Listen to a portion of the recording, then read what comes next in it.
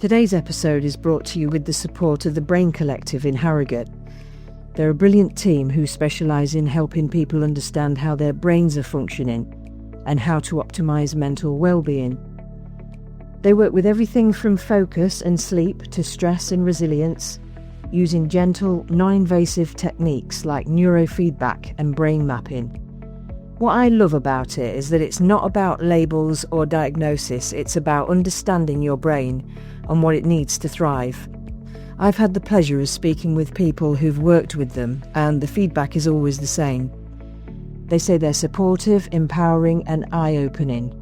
So a big thank you to the Brain Collective for sponsoring this episode, and you can find out more about their work at thebraincollective.co.uk. We're back for our third and final part in our three-part series with Mary Hollis. Mary's been talking about her journey from PTSD to living through love and being pretty chilled. And today we're going to be exploring more about how to relax. Mary is a qualified Reiki practitioner, and she's also an energy therapist. So we're going to be talking all things relaxation and how to de-stress ourselves, really. So I can't wait to get into it. I always loved horse riding, and from kind of being an early teenager, I'd gone from just having lessons and to kind of riding for a wonderful couple who were probably in their, late 50s, 60s by then, and didn't want to compete their horses anymore, but loved watching them kind of just go to local shows. And so, they were just so fabulous in taking me out to all these shows. And that was a strand of building confidence and kind of being nurtured. And then I had neighbours who lived next door but one, who I used to call auntie and uncle, and they used to take me away on holiday. And I used to do cooking and gardening and just hang out with them. And so just those needs, I suppose, were fulfilled by different people in different ways at different times. And I think also we could say that that's, from my perspective, divine, intervention support, that life has a way of just kind of holding us, yeah. That's beautiful. And I think that it does make a massive difference, doesn't it? If we have just got one or two people where we do feel safe, what you were talking about earlier, being in that state of fear, really, that fight or flight state of fear.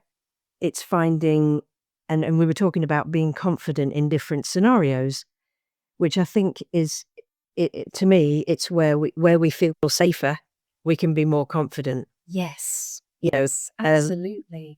So that's what I was thinking there. And so there were people that were there that you did feel safe with. And we talk about that on the podcast, how important healthy relationships are, to help us thrive, really, and for our well-being. And I was thinking about before how that would have impact, when you didn't feel good enough and you didn't feel confident in certain areas, how that will have impacted your relationships, in that it tends to hold us back, doesn't it? We end up not asking for our needs to be met. Yeah. We overcompensate in relationships. When we feel not good enough, we've got to overcompensate to give the other person a reason to stick around. Absolutely. Otherwise, they're going to be off. Yes. So again, it's exhausting. It's Yeah. And so that's what I was thinking, that the difference really in the quality of our relationships are huge, aren't they? I'm guessing that through your journey, that shift from not being good enough, having to people please or overcompensate, all those things, that shift into now your authentic self, where you feel you have got a valuable contribution to this world, and that you are a valid human being, really.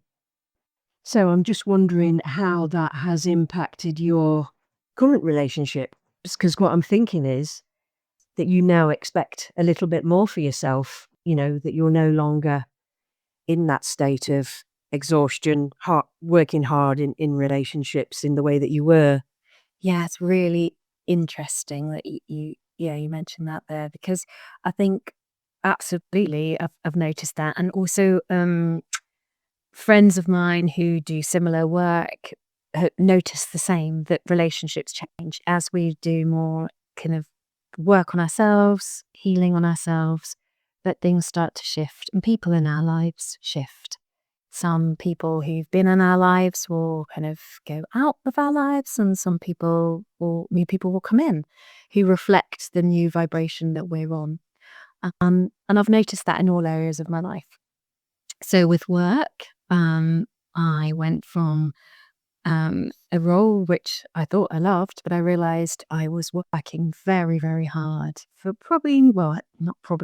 not the full amount of remuneration that I should have been receiving. And when I started to value myself more, I then found that I moved into work where I was being paid more. And the only thing that changed was my belief about myself, and going from a place of imposter syndrome to actually valuing my skills and my knowledge. And then, lo and behold, the money situation changed with my work. Love that. So that was one area. Yeah. And again, I think, healing is both profound and subtle, but it just has these, life-changing impacts. And then in terms of friendships, and I've actually heard this being talked about as like shedding, and it can be a little, I think when you're on a spiritual or healing journey, there comes a point at which you start to feel a bit like, oh, am I going to keep shedding people out of my life, losing people? Because sometimes it really feels like that you don't relate to people in the same way anymore. Some of the things that you're saying you used to tolerate, or that you don't anymore. So when I suppose it's like magnetism and resonance. When you're resonating at a certain frequency, then you attract other people who are on that frequency. But by healing, we are literally changing our frequency, changing our energetic vibration. So then you're no longer resonating with those people who were on that frequency before, and new people come in. And so I've gone through that shedding, and I'm now very grateful to say that I'm meeting loads of wonderful new people who reflect where I am in my life now. And of course, some people who just will be in our life forever. And that's really lovely and special too, and important in terms of the anchors and so on. Yeah. Absolutely. And it's really interesting. We were touching on abusive relationships there. Through working with people, what I find happens, people come and they say to me, I can't understand why I keep ending up in these abusive relationships. Yeah. I seem to attract the wrong person. What is going on? And through working with that person, as they start to change and expect more for themselves, they start to attract a different type of person, which is exactly what you were just describing there. So it's like people come to therapy and they naturally want other people to change in how they treat them. That's a natural thing to want to happen because they're being treated awfully. But it's that process of that inner work that we do that can only make that change. It can't work the other way around. Yeah. So I thought that was really familiar what you were talking about there. So you started to become increasingly interested in energy therapies. Mm-hmm. Tell us about that, because they worked well for you. You were touching on that earlier alongside talking therapies. So you're going to do some work with us, which is super exciting. So shall we do that next? Should we do some strategies or some tools that you use to help yourself? Yeah. And also some of the stuff that you use to help others. Mm-hmm. Yeah, absolutely. Love to. Super. Let's go. All right. So would you like to do a little bit of practical first, or shall I talk you through a little bit more about how I help people with Reiki and other energy work? Or Let's do some practical stuff. do some practical. Okay. Yeah. So we'll start with a little couple of Reiki techniques. So Reiki literally just translates from Japanese as spiritual energy. So again, coming back to this concept of life force energy, and it flows through everyone and everything.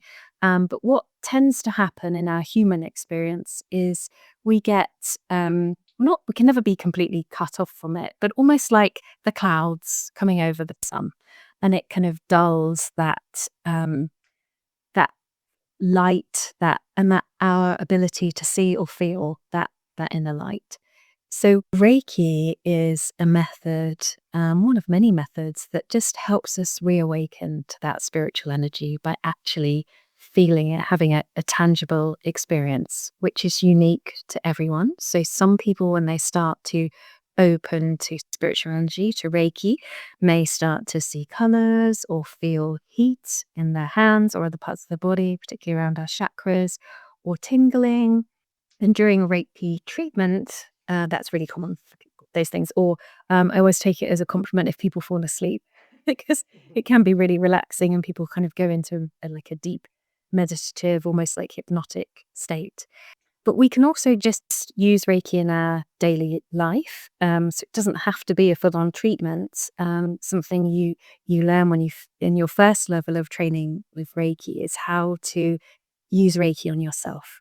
So once you've been attuned to Reiki, which is kind of that way of a teacher waking up the Reiki in you again and remembering. And as a student at that level, you'll start to feel the Reiki flowing through you. So a simple thing you can do is just put your Reiki hands on yourself and feel the energy. Now, even if you haven't been attuned to Reiki, that's still a really lovely, heartwarming, centering thing to do. It's almost like giving yourself a virtual hug, and or a actual hug. And if you think of like the child falls over, or it's natural to reach out and hold them and embrace them. So just by putting your hands on your heart, you can just almost bring that to yourself, a little hug there. Just breathe it in. And as you breathe in, just visualize and set your intention, which is incredibly powerful and important in Reiki.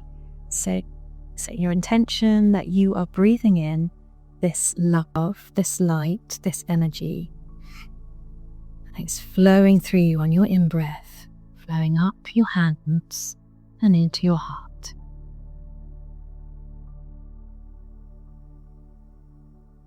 And we can move our hands down to our belly, which is where we have a really big energy center, or a few energy centers, depending whether you're looking at it from a chakra perspective or more of an Eastern, Japanese, Chinese perspective. We can imagine that we've got this big ball of light in our belly, referred to as the dantian. And imagine now on the in-breath that you're kind of pulling down this beautiful love, light consciousness, this Reiki, and it's flowing down with your in-breath all the way down your central column to your belly.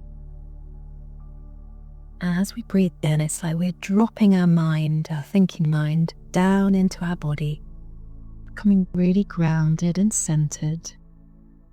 And this beautiful light, like a ball of fire, like a fiery sun, just gets bigger and bigger on each in-breath.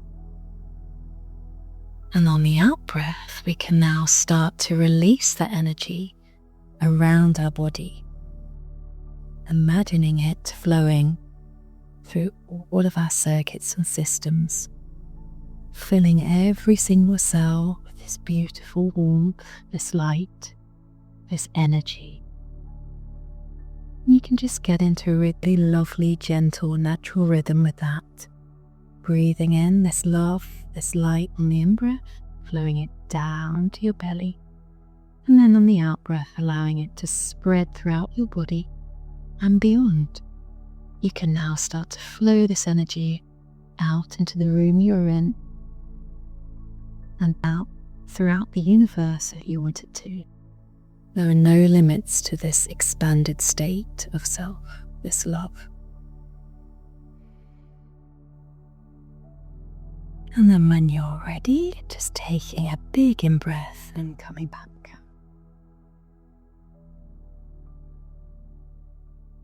That feels really good. I thought I'd lost you for a minute. That feels really good. I like that. Great. And the name for that in Reiki is Joshin Kokyuhei. So using the mind to kind of, we're using the breath, to bring the mind down into the body and to calm the mind. But it's a lovely little practice that you can do anywhere, just for a few minutes. Just put your hands on your belly. I love that. Wow, I'm really chilled now. I was thinking about the vagus nerve as well. Oh, yes. That communication between the mind and the gut. Yeah. Kind of. Yeah. Wow, that was amazing. I'm gonna do some more of that. I'll have to book in with you for some Reiki, I think, after that. Yeah, I love that. So, anything else then? Any other treats that you've got for us? Would you like another little? Yeah, I would. Okay, so another little thing I do was a few things. I do lots of bits and bobs. So we were talking earlier about how we pick up energies sometimes when we're going through our day, and if we've come across somebody who's not in a happy place, we might start to really feel that and be impacted by that. I mean, I know I talk about, being in this place of love, light, consciousness, and that's like an armor, infallible when we're in a state. But we're not even, practicing Reiki. I've not reached a place yet in my life where I'm constantly in that state. I still sometimes, get affected by other people. And so something we can do with that is we can just reset our energy field and just clear our energy. And there's a little technique we can use called dry bathing, where we just brush the energy off. So we would start with our right hand and we'd place it on our left shoulder. We'd breathe in. So you're kind of drawing up all that old energy, and then you sweep your right hand across your torso diagonally down to your right hip. And on the out breath, you breathe it out. So I'm just sweeping all that energy away. And then you repeat that the other way around. So left hand on right shoulder, big breath in, and sweep it out down to your left hip. And we do that asymmetrically. So 3 times. So one more with the right hand, sweeping down to the right hip from the left shoulder. And then we do the arms. So right hand on left shoulder. And this time, holding your arm out straight, you sweep all the way down to your forearm to your hand and brush it off.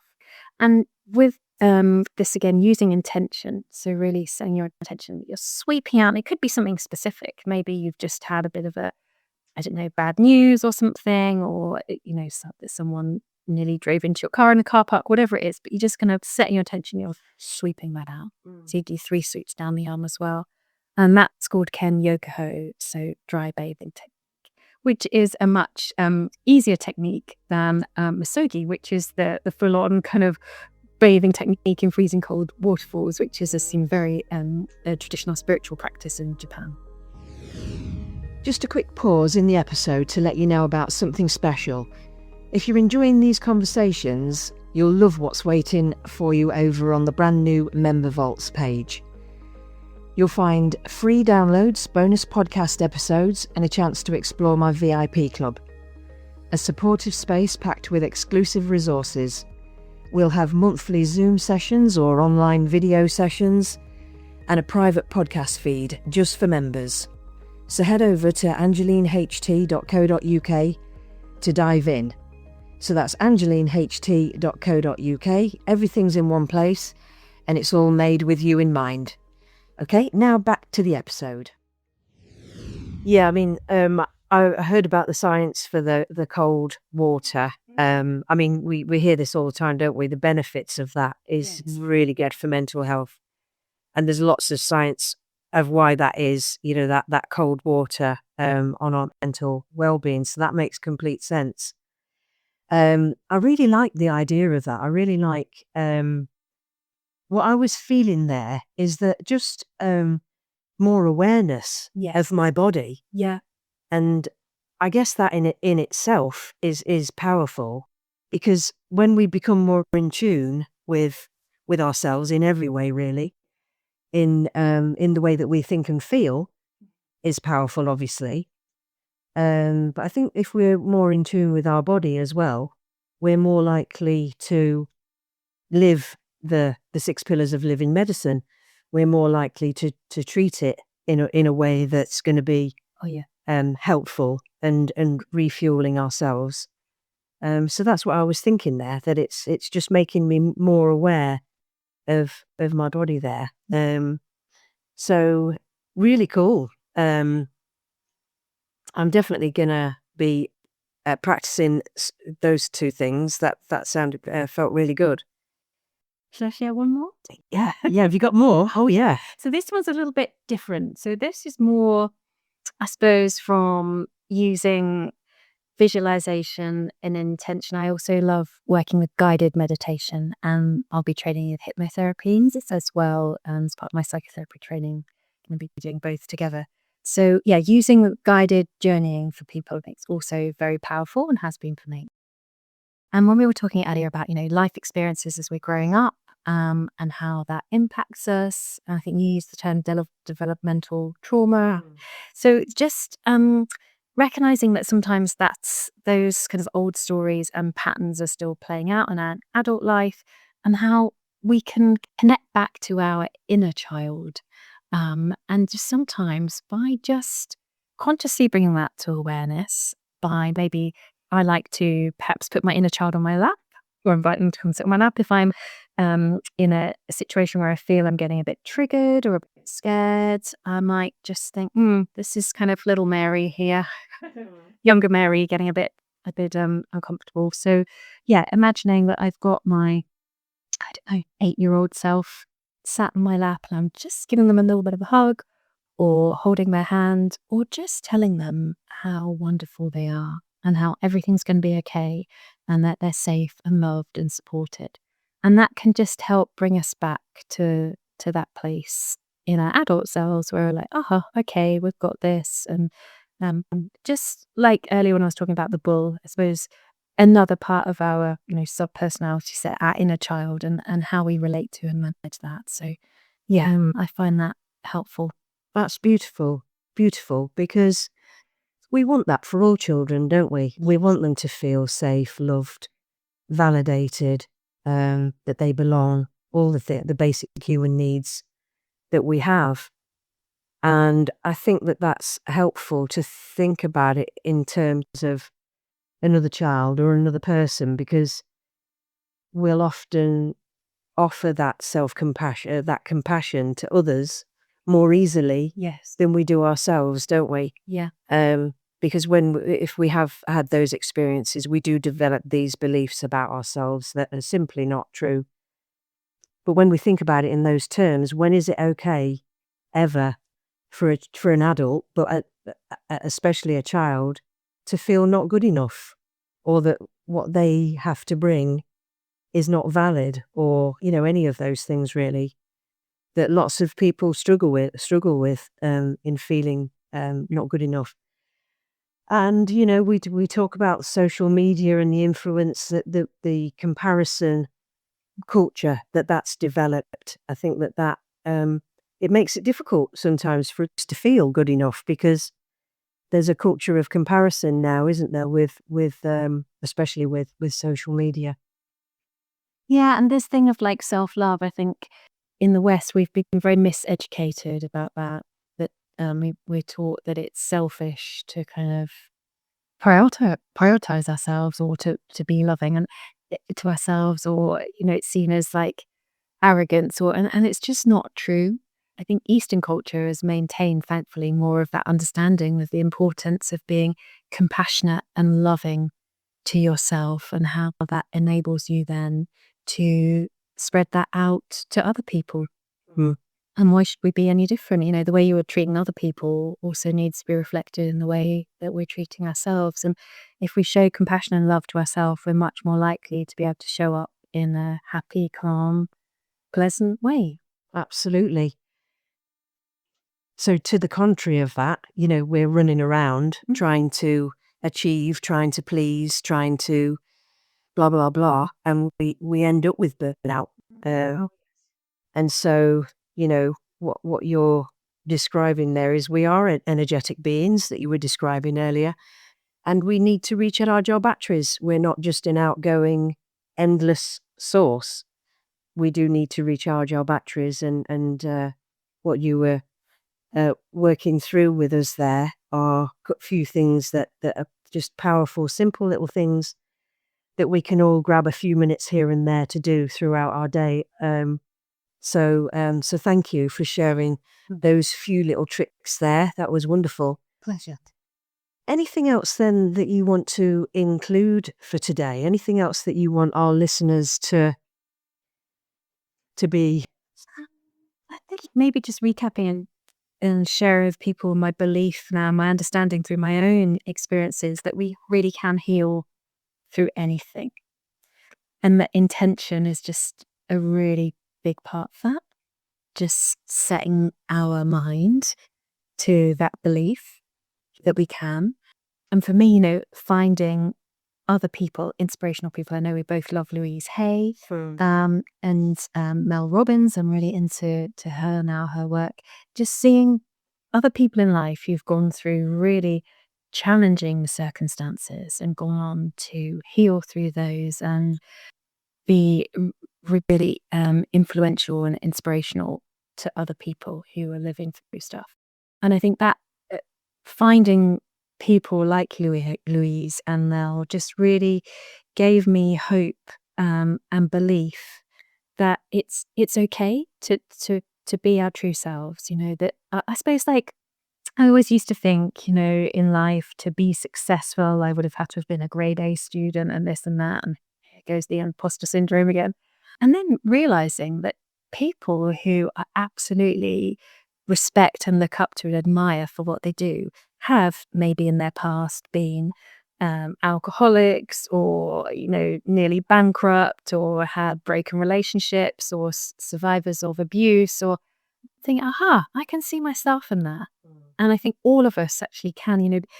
One of the certainties in life is we're going to go through suffering. But by kind of, I suppose that we're saying earlier, owning stuff, taking responsibility, finding new ways of being, working on self-development and healing, we can come out of that suffering. We can live a lighter, happier life. Love that. Love that. Yeah, what a lovely way to sort of start to bring the podcast to a close. And I was thinking as well, to be easy on ourselves, that we're not looking for perfection here. That's not realistic. We're going to feel like we've taken 2 steps forward and 3 back some days. That's going to happen. We all have families, we all have real life. People have to deal with a tricky boss or, whatever. Real life happens, doesn't it? So it's not that we're looking for some kind of perfection here. So I think be easy on ourselves as well and be realistic about the expectations, and just to celebrate wins, to kind of say to ourselves, well, we are making progress. We're turning up. We're turning up for ourselves. And some days that's as the most that we can say. Absolutely. Yes. We are perfectly imperfect or imperfectly perfect, whichever way you want to say that. I suppose, we are energetic beings having a human experience, is how I see it. And as I was, saying earlier, my understanding now is that at a base level, all humans are this love light consciousness. So you're already perfect, you can't fall off of that. That is the fabric of who we are. But on top of that, everything else and the shitty stuff and the things that happen in life are an important part of our human experience. I believe now, through my understanding, that that we are meant to go through these things as humans to help our soul expand. And as humans, we've come to a place where we kind of categorize things as good or bad, or, I'm doing well or I'm not, or something right or wrong. But actually at a soul level, it's all just experience. It's all experience that is helping our soul to grow. When we're in a human form, we're not part of the ether, connected to just the spirit, the love. We're having an experience of individuality. And with that comes a forgetfulness of this love light consciousness. It's still in us, but so sometimes we suffer and we struggle in our individuality. But at a soul level, that's all really helpful experience. Yeah. And I think when I started to learn about that perspective and see things from that way, I found it really empowering.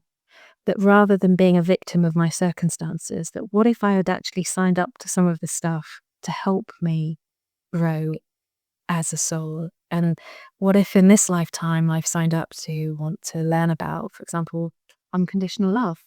Well, one way of doing that is to have some experiences, where I need to embrace love even in adversity. And so, yeah, I think absolutely be gentle with yourself. Try not to, with ourselves, try not to see things as good or bad, but just to know we're just having a human experience. Well, love that.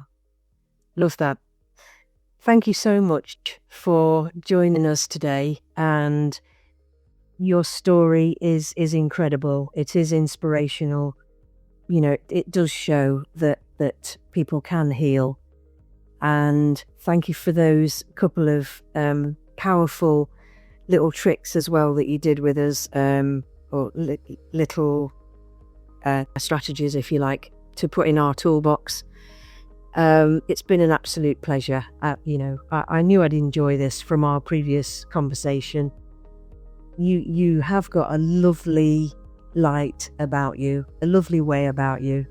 And so it's been an absolute pleasure to spend some time with you. Thank you so much. It's been a joy to be here, and the light in me honours and respects the light in you. Love that. Right back at you. Eat your love. Thanks for being with us at Happiness, Health, Relationships podcast, where small daily habits are your future self. If today's episode resonated, share it with someone you love. Follow the show. Leave a quick review. It helps more people find this message of more fulfilled, healthy living. It'll also help keep the podcast going. If you want a little extra between episodes for simple weekly tips and habit challenges and behind-the-scenes updates, come hang out on Instagram at Hennessy-Thompson or TikTok at AngelineHT. You'll find the links below. I'd love to connect with you there. Remember, your future isn't shaped by big leaps, it's built in the quiet, consistent choices you make every day. And we want to be with you through those choices. So keep showing up for yourself, one day, one choice, one habit at a time. And I'll see you on the next episode.